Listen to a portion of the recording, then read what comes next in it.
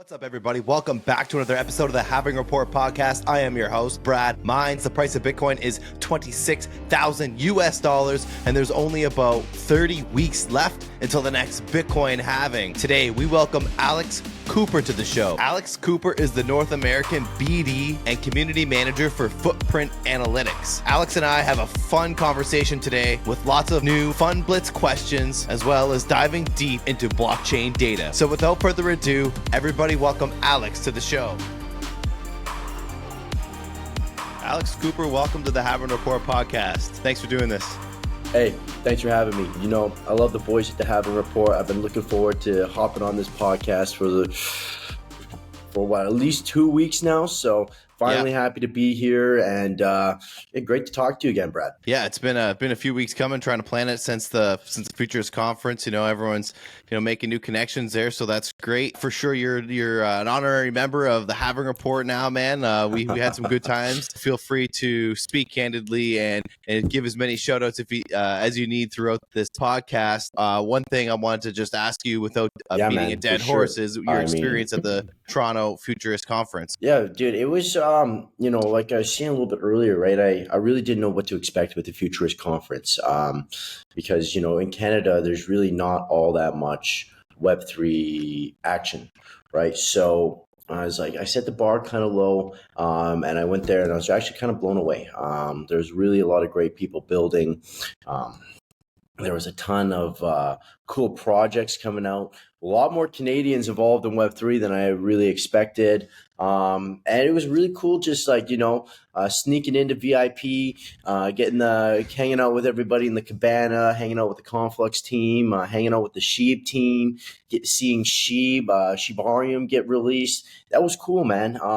And then, of course, a little bit of hanging out in the pool.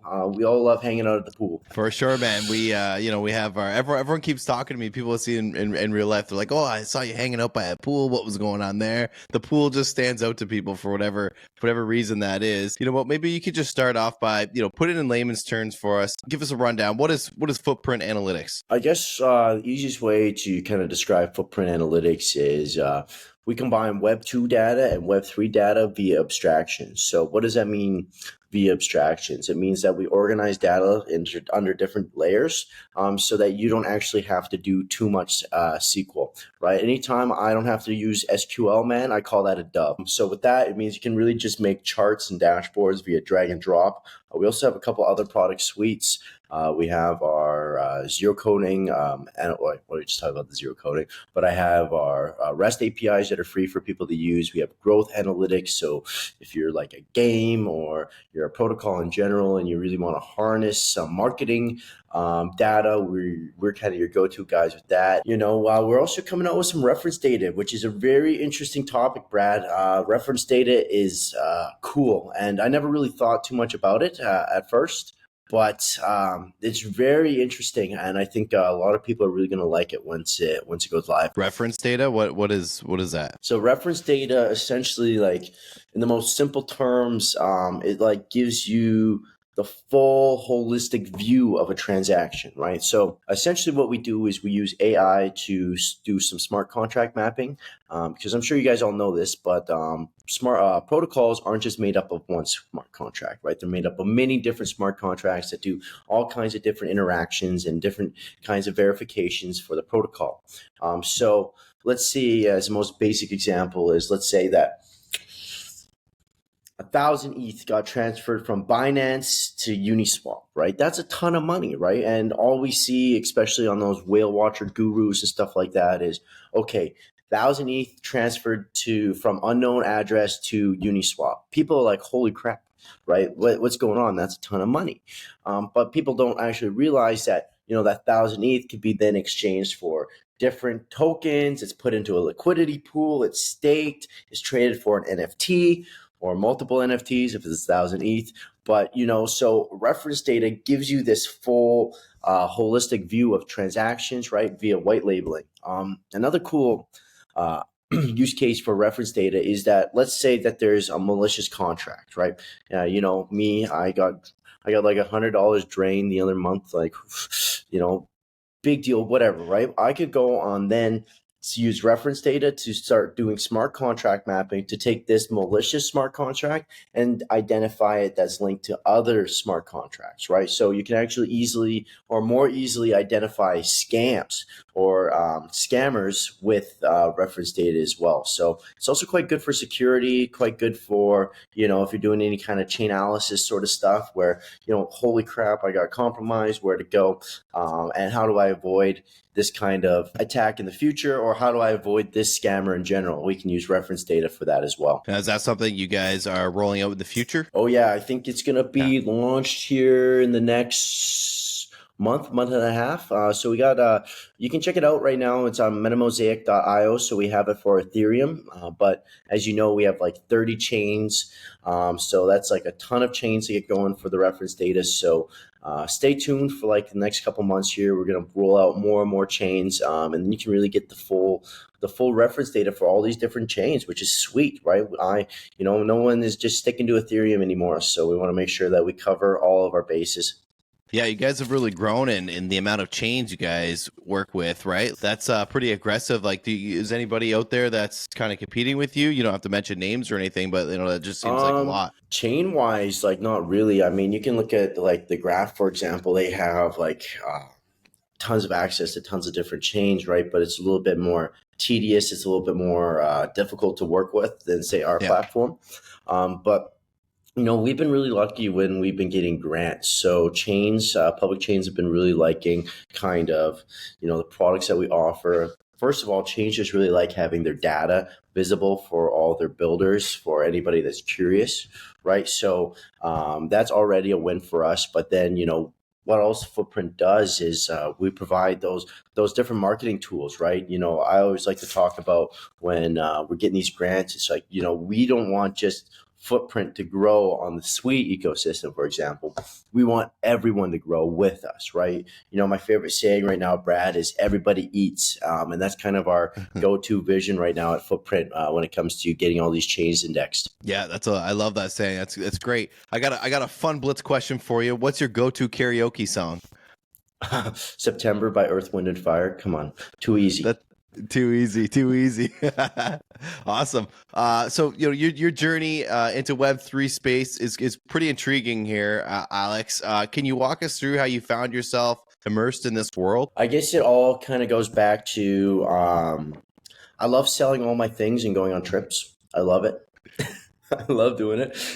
So I sold my car. I had a really nice Mercedes. I sold that car. Went to Phoenix, went to Costa Rica, went to Mexico, and I met my boy in Mexico that I used to work with in China back in the day. And he was living on the beach in a 2-bedroom, 2-bathroom apartment paying $800 a month. I said, what?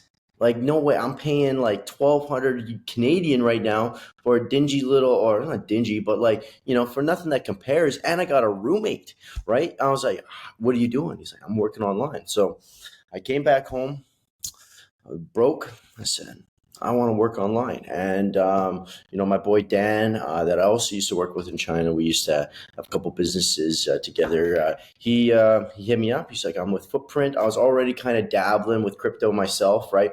I was looking at the index charts. I was looking at the Kraken charts, right? That meme with all the numbers flowing and, thinking all that. That was me. All right. I just thought I was the man with the crypto, losing all my money. It was cool, still about it. And then I got the opportunity to start at Footprint as, the social media guy. And I just got one of the big benefits of working with Footprint, right, is I'm just immersed with all this data. I'm immersed with all these different metrics all the time. So it really gave me like a deep dive into crypto, right? We write all kinds of cool articles on our website. You can check those out. But I'm reading all of our articles. I'm looking at all the data. This was just in the heart of the bull run, right? So I'm getting fired up. Everyone's getting fired up. I'm learning about NFTs. I got learning about GameFi. By the way, that's my niche. I love GameFi. That's my thing. And yeah, then they started, sending me to conferences, and I started making partnerships from conferences. Then I started doing VC pitches, and then so my evolution has kind of just grown, right? I've really just kind of worked with Footprint from the beginning, and they've really helped me expand all my knowledge, helped me meet all these great people, like you guys, for example. And really, now I'm here. Now I'm pretty much like the North American CEO here at Footprint, and really, it's just going amazing. I couldn't be happier. They got me sent over here in Guangzhou right now. I'm meeting the team, learning more about the product, which is great. So, if my connection looks a little laggy, blame the VPN, okay? Awesome. Fun Blitz question. Cats or dogs? Dogs. Dogs. For sure. Cool. Let's throw another one at you. What's the last book that you read? See, that's how you can tell I've been reading too much. Thinking about it. The last book, I read, I think, was "The Future of Blockchain." I was reading about blockchain technology, and it was really cool. It kind of gave me more insight, not into Web3, but more into the blockchain side, the technology that makes blockchain, why blockchain is cool, why, it's actually a really interesting book, The Future and Evolution of Blockchain, I think it is. And the thing is, what's crazy about this book is when I bought it, this is like the third edition, right? Because blockchain is evolving so quick, right, that they have to constantly go and reprint new copies because it gets some of their information will get outdated. When it comes to Footprint, is there one feature or is there one suite that users are more attracted to? Like, what's your main product there?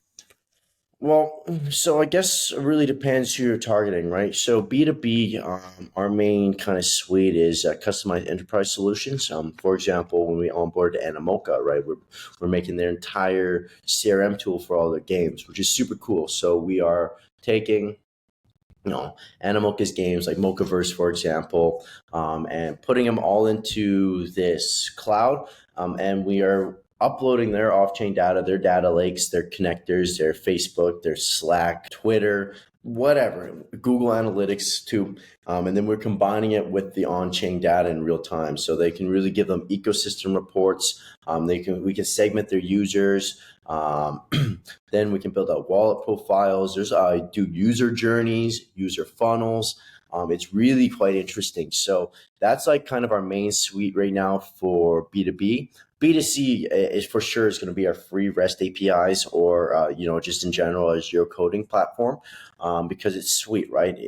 I don't know how to code. I'm not a good coder. I'm looking at lines of code like they're hieroglyphics, right? So it means if I can go to Footprint and I can make an analytic dashboard, which I have, by the way, go check out my Dogecoin dashboard. It's sweet. But if I can make these analytic dashboards, that means pretty much anybody can, and that's like powerful, right? Because it's not just devs, it's not just analysts that are looking at crypto information, right? It's me and you. It's blue collar workers, right? Everybody's kind of dipping their toes or have dipped their toes into crypto. And, when we have investments, because that's what we treat, our crypto tokens as, or our NFTs as, maybe some is a little bit of fun, but we know that we're not buying this stuff to lose money.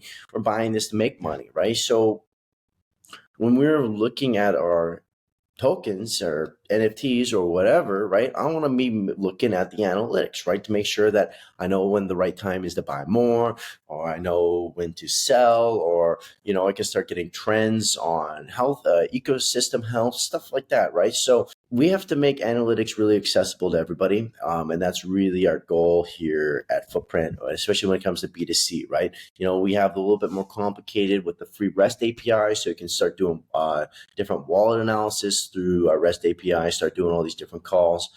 It's sweet. So that's like our B2C, and then B2B is like that custom SQL enterprise solution, or even that reference data as well, which is quite nice. You wouldn't believe kind of how hot it was when I started talking about it over at Token 2049 and Korea Blockchain Week. Yeah, for sure. How was that event? Korea Blockchain Week was sweet. Had a great time. I love Korea. Love Korean smokes. Love all like the protocols being built. Like I was actually really shocked at the amount of building that's going on in Korea, which is just amazing. Lost my wallet. That wasn't so amazing. Still floating somewhere in Korea. So if you guys come across a wallet that says Alex Cooper in it, please let me know. I need that back. Overall, it was just really great. And this is like pre-token 2049. And I was like amazed, right? At just how many people are still all in on Web3 and are just building cool, innovative products now, right? We're seeing so many different optimistic rollups, zero knowledge chains like ZK chains. It's sweet. Now talking about token 2049, man. I think that was the best conference I've ever been to in my entire life. That was just amazing. And here's the deal. I got there on Sunday. The conference didn't start till Wednesday, and it was just still that amazing, right? I was at a week packed, filled with events, builder events, all leading up to the conference. And then even after the conference too, there were still really great events. So, it was just, I think over 10,000 people attended Token 2049, and that was during the same week of F1. It was like just a jam-packed week, and it was amazing. And the F1 was also very cool. I don't know much about F1. I just know F1 cargo room. They like fast cars, and but seeing those in real life too, that was just like the chef's kiss, Well, sounds like you had a great time, man. Coffee or tea, which fuels your day? I like coffee more, but I don't really drink coffee. Just due to, makes me go to the bathroom. So, I prefer tea, but I drink coffee more. But when it comes to iced tea over coffee every day. Now, just trying to jump it back to your B2B, like, data is obviously king. How crucial is this information to your customers? Oh, it's super crucial, right? And it's not so much about getting them the data, right? There's other data providers. It's about how easily we can let these analysts access their data, right? How much time can we save them? So what's most important for the devs and the analysts when they want to go access their data on chain is how do we do it quickly so that we can go and spend time on other things, right? Devs aren't cheap, right?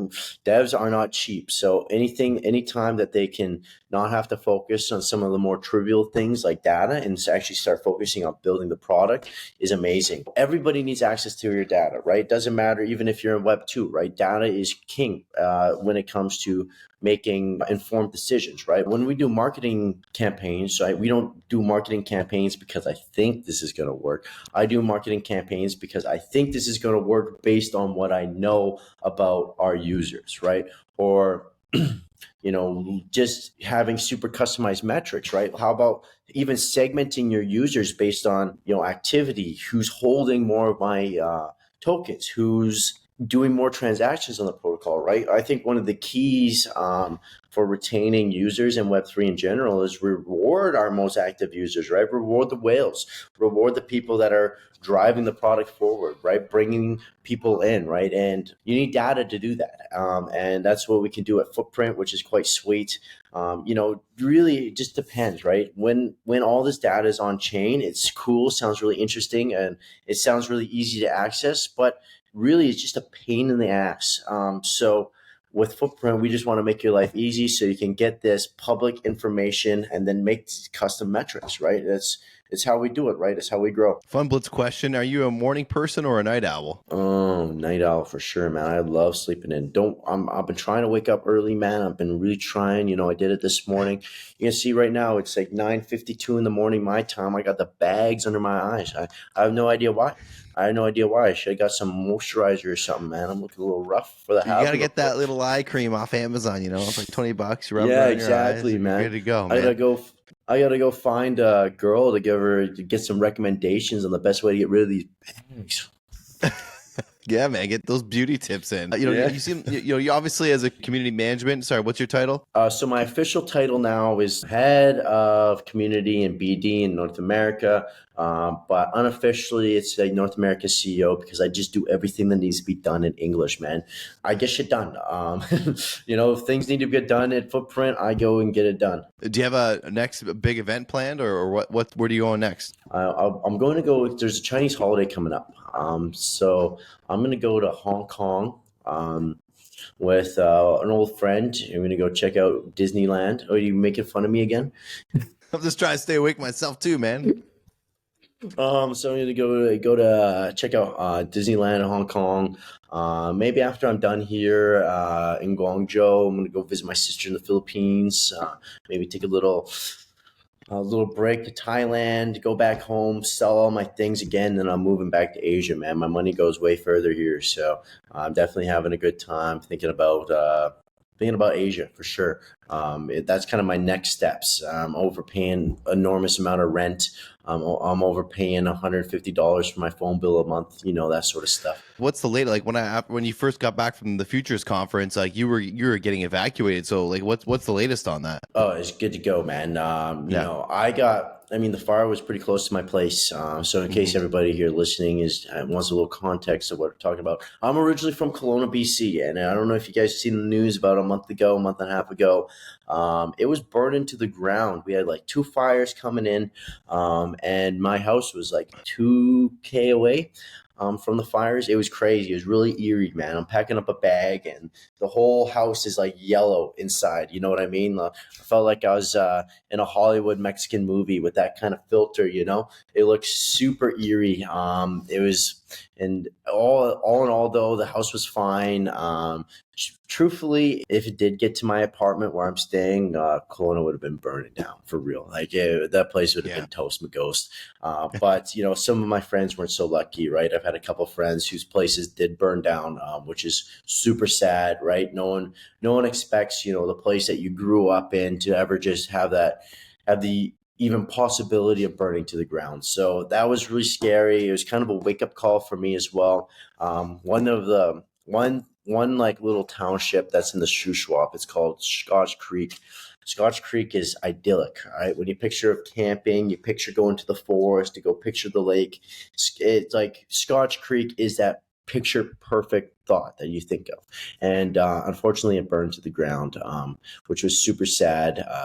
You know, I really hope, you know, it's a wake up call for more action to be done, more infrastructure to be provided, because, you know, we've been dealing with forest fires in BC literally every single summer, right? And like, what are we doing here about this? So, you know, I could start talking about my thoughts on the government and how they're dealing with this, but then we would totally be going off topic from crypto and start going on a big old government conspiracy.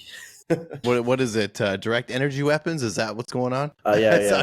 When you're talking all the houses with blue roofs were saved, man. It's crazy. I don't understand what's going on with that, man. Lasers from space. Yeah. Yeah, I saw that shit. I was just kind of shook my head at that one. Yeah, anyway, my uncle's all into that too. He's just telling my mom about lasers from space burning everything down for the elite. Like, give me a break, man. You know what? Here's the deal. If I'm wrong about this, I'll eat my shoe on camera. You heard it here first on the Halving Report. I'll do it on the Halving Report. I'll eat my shoe if blue lasers have been burnt, or if lasers from space have been causing forest fires. You heard it here. Was that a John McAfee reference? This is a few years ago. He famously said, if Bitcoin doesn't get to, I think it was like $1 million by the end of 2020, I'm going to eat my dick on TV. And this was like a big thing in the crypto space for a long time. That was sounding very similar there. But yeah, dude, you heard it here. Alice Cooper's eating his shoe live on the Halving Report. So that's interesting. So you're gonna come back. You're gonna get your things. You're gonna move to Southeast Asia, or where you want to go? I'm relatively flexible. I could go here. I could go there. I could go there. I could spend a month here, right? Mm-hmm. You know, with the Canadian passport, we get pretty much visas on arrival anywhere we want to go, except for Vietnam. God, that really makes me chapped about Vietnam. Taking up a whole page for a visa to go to Vietnam. Anyways, it doesn't matter. That's the thing. I would go to Vietnam again. I go, like I said, maybe I go spend a little bit more time, visit my sister in the Philippines. You know, just check things out. Even I always got a place here in Guangzhou too. You know, thanks to my boss, he's hooking me up with his extra apartments. So, you know, I got lots of great options, and all of them are cheaper than living in Canada right now. Yeah, no doubt, man. Like one of the boys with the Halving Report that you met is gonna move out to Thailand, or not move to Thailand, but go stay there for a few months anyways. I think it's like a couple hours from Bangkok driving. Mm-hmm. But which one? Yeah, man. Chris. Oh, Chris. Guy with the beard, right? That's right, man. You remember him? He was in the I'm not pool. We were chatting. surprised. I'm not Yeah. surprised. I'll just say that.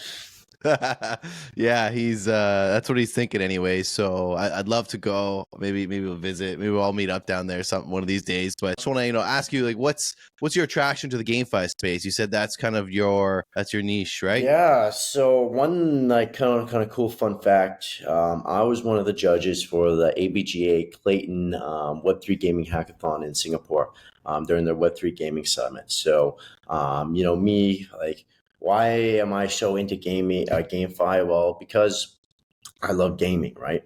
I'm actually kind of struggling here because I don't have my nuts setup that I do back at home. I got the 3 monitor setup with the 60-inch screen. I got RGB, everything. I'm a gamer, man. When I'm at home and I don't leave the house because I just play games with the boys on Discord and it's sick.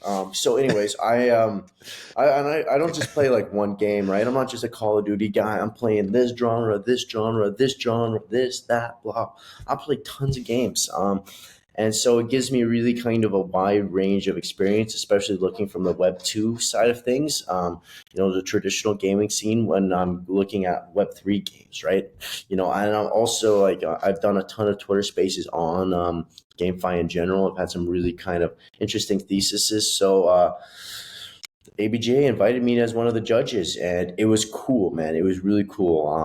I was like one of the only guys asking these games questions. I was grilling these poor games, man, right on stage. They're trying to get $80,000. A guy comes in, and I'm just grilling these poor guys. But you know what? It's for the best, right? We need to. These are questions that I'm thinking about them. I'm sure other people are thinking about them too. And especially when we start adding NFTs and we start adding PvP and PvE, right? Tokenomics and just gameplay in general needs to be tight, man, or else you're going to get drained, right? You're not going to have enough input to outweigh the output, right?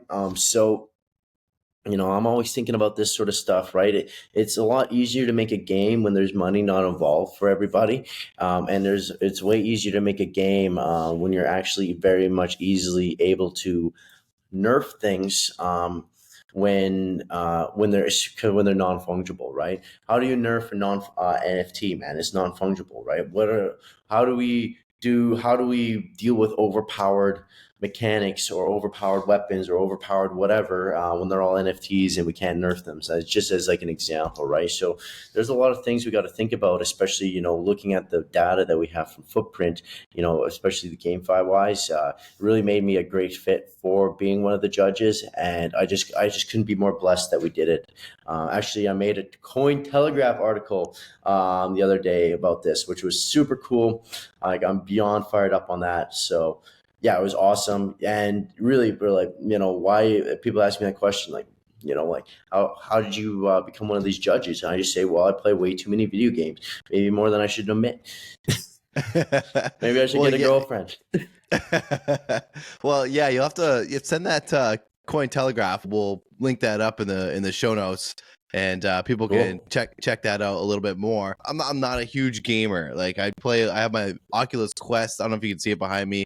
I play my VR headset a little bit. Where's most of like the value being transferred, and like, what is there like a few games that kind of occupy most of the value that's being transferred through NFTs and tokens? And I like to not so much go by value so much. I think one of the most important metrics for games right now in the Web3 space is by daily active users, right? Okay. Because generally at the end of the day, especially when there's PvP aspects and there's that social aspect, right?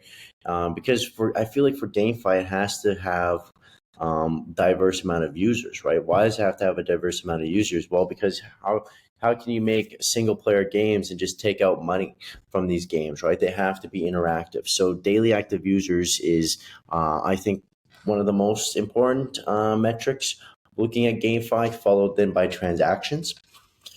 So who's doing the most kind of has the most daily active users right now? Well, it's Alien Worlds. Alien Worlds is number one for sure. But here, so I'll send you this link here so you can look at it. You can take a look at this too, Brad. So we can look at this together. So looking at the top games right now, we have by active users. Holy smokes, Farmers World is kind of just going absolutely insane when it comes to the active users and transactions as well. They're going insane, right? So we got Farmers World, Alien World, Sweat Economy, Solitaire Blitz on Flow, relatively new game that I've seen on the top charts here. Super Walk, Splinterlands, that's been a classic for the last year or so. Second Life is really cool as well. Have you ever heard of that game like back in the day?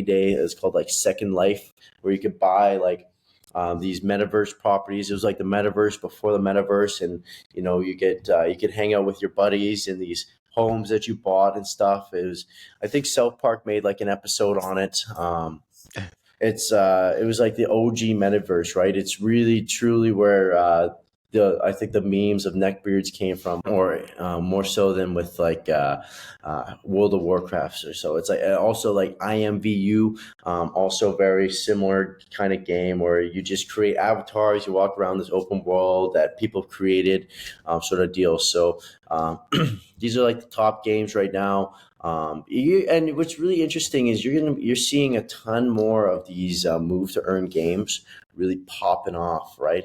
I mean, it's really easy to do, right? It's just you're getting steps every single day. You might as well bank them, and you get some rewards for banking them, which is it's cool, man. It's really cool. And then you can go with the GameFi market leaderboard here as well. Kind of just really taking a peek at what's going down here. I really think gaming right now is kind of in like a weird limbo.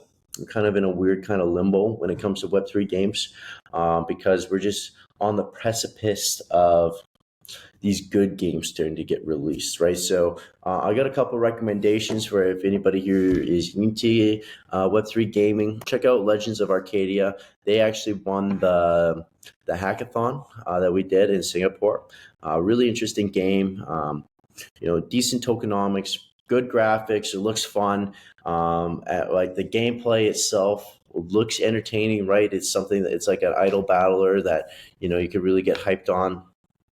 So I think that's a pretty good game. Lumiterra as well. That's another interesting game you guys can check out. It's like a more of an MMORPG.